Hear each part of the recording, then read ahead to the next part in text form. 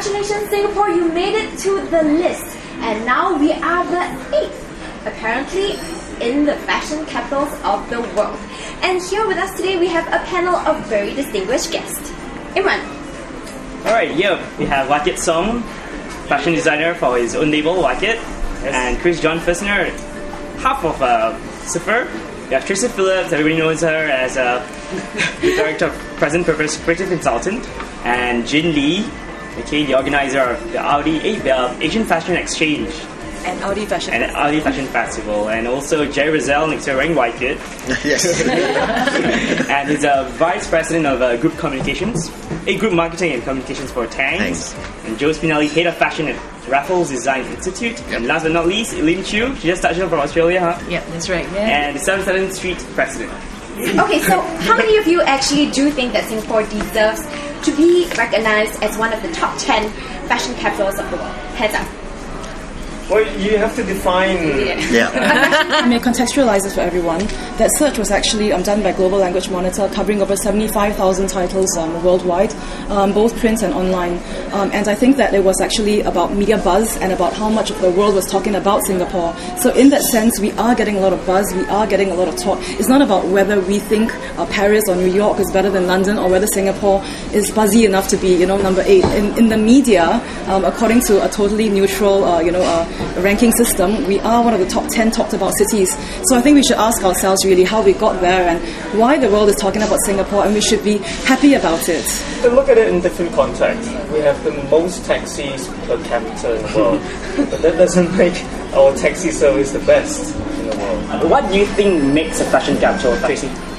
I think when the rest of the world starts taking fashion direction, style direction from your capital, that's really when I think it gets exponential. So I think for Singapore really because we're small at the end of the day, I mean we can't be ridiculous here, but I think maybe really truly becoming a stronger part of Southeast Asia, taking that as a collective and letting Singapore, because we're good at business and making it convenient for everyone to come here and convene, so really being the entry point for Southeast Asia. We might be a small country, but I mean, why would Louis Vuitton choose to open one of the biggest Louis Vuitton stores in the world in all shores?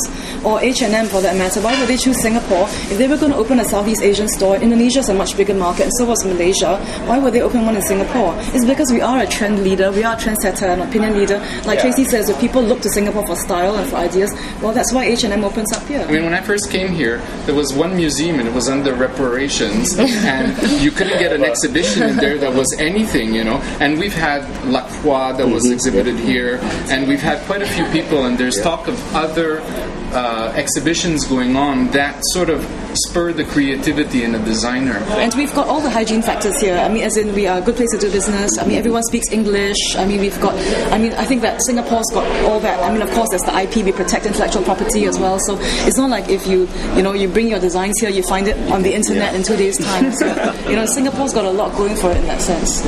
People buy from Singapore. They know that they are going to get the product because we have set up Singapore as a business city. So the trade is going to happen, and people can trust, even if they're going to one day transact $1 million in terms of buying in Singapore, they know that they will get their products. I think, and in terms of IP and all that as well. So Singapore indeed has put ourselves in the forefront for being a business center.